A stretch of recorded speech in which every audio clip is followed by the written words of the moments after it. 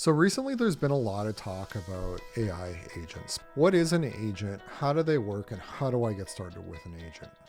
In today's video, we're going to explore how to quickly get set up on Databricks with AgentBricks, put together a very simple agent, and start a very basic orchestration practice. And what this will do is it will empower us to start thinking about our AI applications in terms of capabilities and how we can start building those out over time. So come join me in this quick tutorial where we go ahead and we build a simple agent and an orchestrator and start our AI journey. My name is Andre, and I'm a builder. Ever since I was a young kid, I really enjoyed taking things apart, seeing what makes them tick, and putting them back together. I've also really enjoyed finding new use for old things. That's why I love old technology as much as I love new technology. Over my years, I have been in financial services. I've been a software engineer and also a sales engineer with 2 leading technology companies. Let's go together on this journey and learn how to build a brighter future.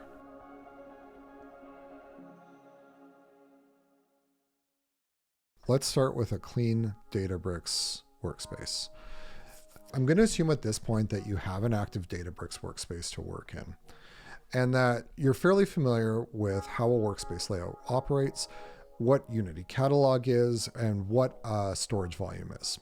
So for this particular example, what we're going to do is we're going to take in a few PDFs. We're going to read them in, and we're going to start building our first knowledge assistant agent to answer questions specific to content within those PDF documents.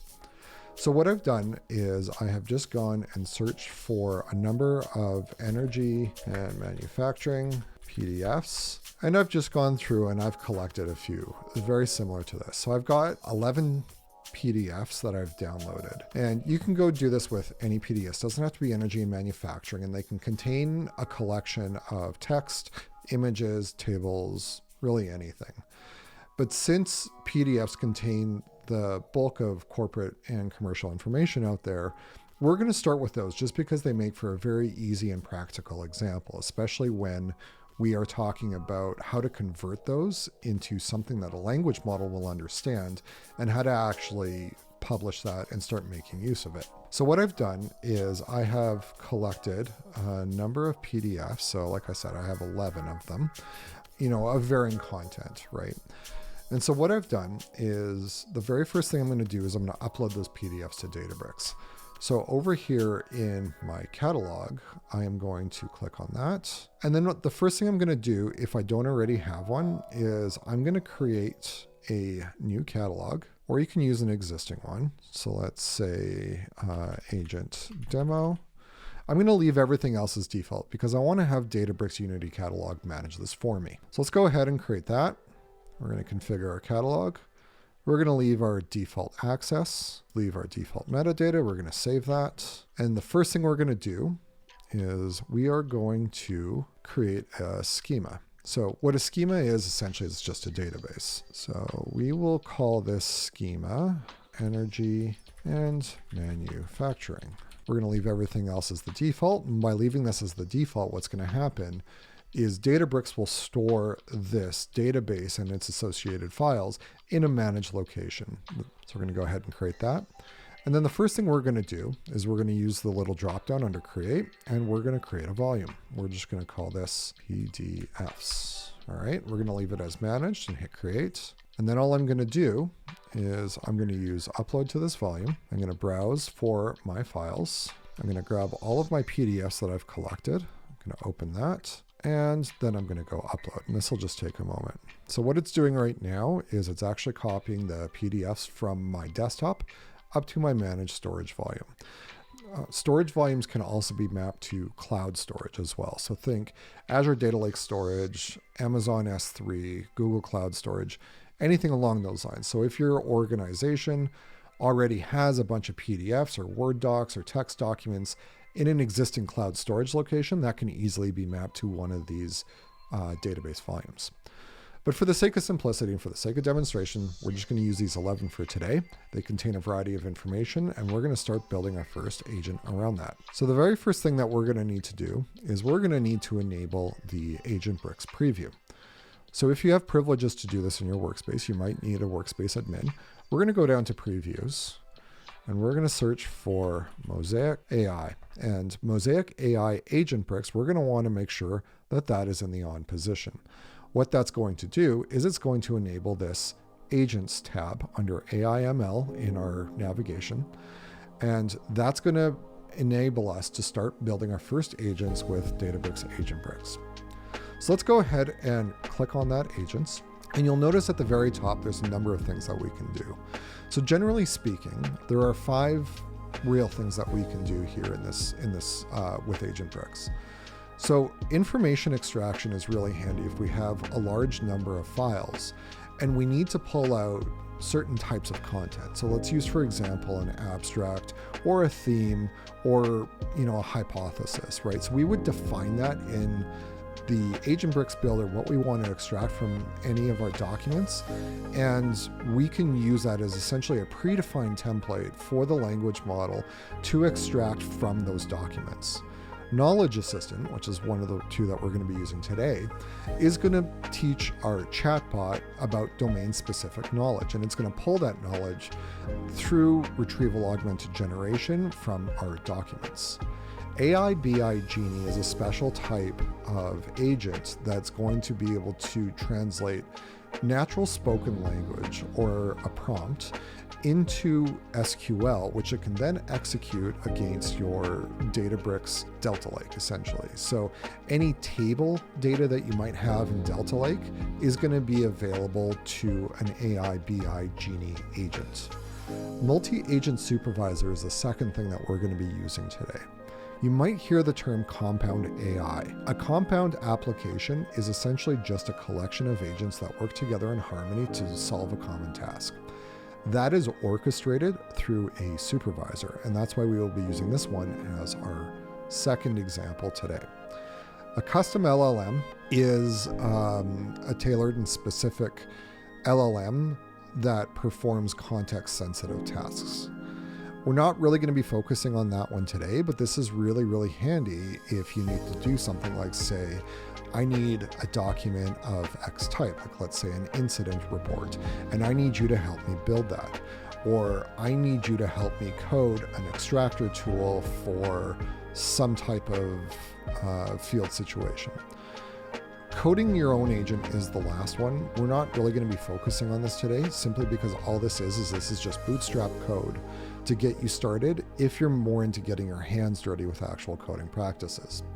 Since we're going to be focusing on low no code, we're going to be building our first agent with Knowledge Assistant, and then we're going to be orchestrating that with the multi-agent supervisor. So let's go ahead and do that. So now that we have our PDFs uploaded to that volume, the very first thing that we're going to do is we're going to click on the build from Knowledge Assistant. And then here we're just presented with a few simple and straightforward prompts. So number 1, we're going to create a title, and this is how we're going to identify our agent. The description is actually important. The reason being is because the description is going to tell anything else that's calling this agent what that agent can do. And in this case here, the user can either be an actual human being user, or it can be another agent itself. So the knowledge source is important. You can actually choose an existing file source, which is the volume, for example, that we uploaded our PDFs to. Or if your organization has already developed a vector database, you can also point to that location as well. For the sake of demonstration, we're going to use UC files. And what we're going to do here is we are going to select the default storage volume, which contained our PDFs. We're going to confirm that. And we're going to call that PDF location. The content here is we're going to use as much detail as possible to describe the content. This is going to help the agent know exactly where to find the files and where to find the data that it needs within those files. So now that we've got our content described, what we can do is we can provide a certain set of instructions. This is going to tell us how we want the agent to respond. There we go. And all we have to do now is go ahead and create our agent. Now, since our PDFs can be quite large, this can take a little bit of time. It takes roughly 10 seconds for the model to render each page of a PDF and encode that. So what's actually happening behind the scenes here is those PDFs are essentially getting read by a serverless cluster underneath the hood. That serverless cluster is going through and finding the best way to break up each of those documents into what are referred to as chunks. A chunk is then converted into a number or a vector. And what that vector does is it provides semantic meaning to a language model, something that it understands in terms of context and relevance.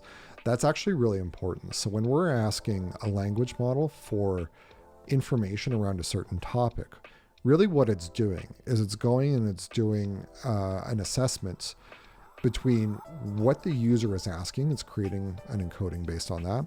And then it's going into what's called a vector database, or it's a storage of those special encoded numbers from our text. And it's finding the most relevant pieces of information as they pertain to the original prompt. It's returning a set of those, and then what it's doing is it's putting them all together, sending it back to the language model, and really trying to figure out at that point how to best answer that question or reply to that prompt. Now that our processing is finished, we can see here that in status, our sync was successful. That whole process for me with the files that I had did take about 15 minutes. But what we can start doing right now is we can actually start testing out our agent and see if it responds appropriately. So let's give that a go. We can say, so what's going to happen now is a serving endpoint is going to reach out to that agent that we thought. We can actually preview here the thought process of the agent. And we can see how exactly it's going about in retrieving its context and information and enriching that. It notices in here, for example, that although there is a primary focus on energy efficiency, energy management practices, and manufacturing, there are still some related mentions to safety. And what we have here is we have our response. I appreciate your questions about safety concerns. However, carefully viewing the provided documents, I found that they primarily cover so-and-so. What it did do is it did try to best answer that question, and it also referenced specifically where in those PDF documents it was able to retrieve that information. We can do a number of things here. We can try improving our quality, but I think for now what we're going to do is we're just going to dismiss this. We can improve quality through real-life human feedback. Great. So we know that our agent is working, and we know that it is giving us reasonable responses based on the PDFs that we passed in. Let's try asking it a question that's out of bounds and see what happens. What is Taylor Swift's current hit single? It should come back with no response or say that it's not allowed to respond based on the information that it has. So there we go. I don't have any information about Taylor Swift's current hit single in my knowledge base, as it focuses on energy and manufacturing topics. So what that tells us is it tells us that the guardrails that we had provided are actually functioning as intended. So that's great. Now that our agent is working, we can move on to the next step. Our agent is now available in our agents listing, and we can start consuming it either directly or through another agent itself. So that's what we're going to do is we're going to create what's referred to as a multi-agent supervisor, which allows us to start stringing together multiple agents for advanced behaviors. Let's go ahead right now and click the build button on multi-agent supervisor. And we're going to give it a proper name and fill out the form with all the relevant information. The description is important again because we want to make sure that our AI application is answering questions in the right way. We don't need to be quite as specific here simply because we know that this is going to be our front point of entry. So now let's say we want to start stringing together several agents or start orchestrating this agent into a compound application. We're going to want to use the multi-agent supervisor. Before we get into there, however, make note that you know which endpoint is serving your specific agent. So in this case here, it's CE846. That's going to matter because we're going to have to choose which one of these agents we're going to want, or several of them that we're going to want for our supervisor application. If you don't know that, that's okay. We can just come back here, and it just means that we have to refill out the form. So let's go ahead and click build on the multi-agent supervisor. We're going to give it a name, and we're going to give it another description. Just like before when we gave our agent itself a description, we're going to give this one essentially a task or a responsibility. We don't need to be quite as verbose, simply because we know that we're not going to be routing logic really to and from the supervisor. This is going to be more user-facing or more internal application-facing. So there's a variety of things that we can do at this point in terms of agents. Since we already created an agent endpoint when we used the last AgentBricks builder, we're going to choose agent endpoint. Like I mentioned earlier, we're going to have to make note of which agent endpoint we wanted for our supervisor. CE846 was the one we had just created.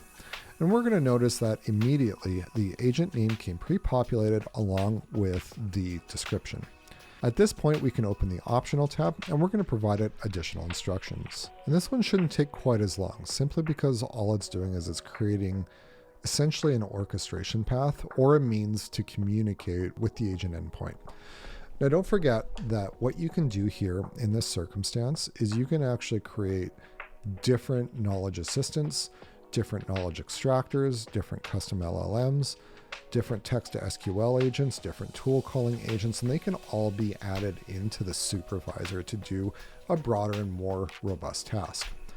Since all of the agents themselves, we'll refer to them as node agents or worker agents, they can only communicate essentially with the supervisor. And that's really important because the supervisor is going to have internal conversation turns to try and accomplish the user's prompt or task. Think about it in terms of like when you've used ChatGPT, for example. You may have used it in the sense that you're asking it to help you plan out a date night for you and your lovely wife. And what it comes back with is it comes back with, for example, a number of recipes, maybe some movie recommendations, and the opportunity to purchase tickets right there. What's really happening is there are several agents under the hood that are all working together with the ChatGPT as a supervisor, and it's coordinating everything it needs to do to plan the perfect date night for you.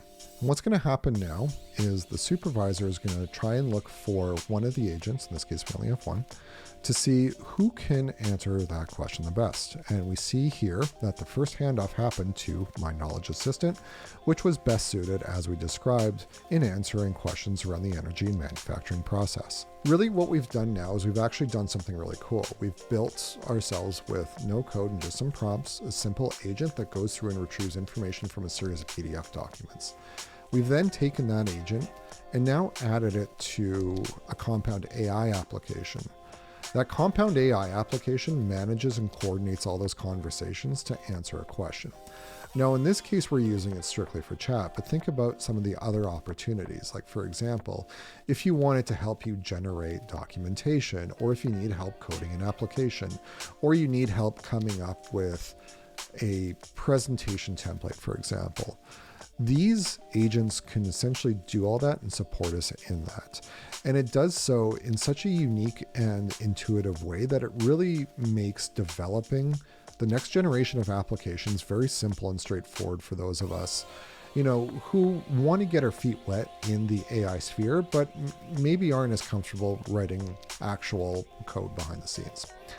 So with that in mind, I really hope that you take this and you start trying and experimenting, maybe build something cool. And if you really like it, drop a comment down below. Tell me what you think and what you'd like to see next. Thanks again. My name is Andre, and we'll see you in the next one.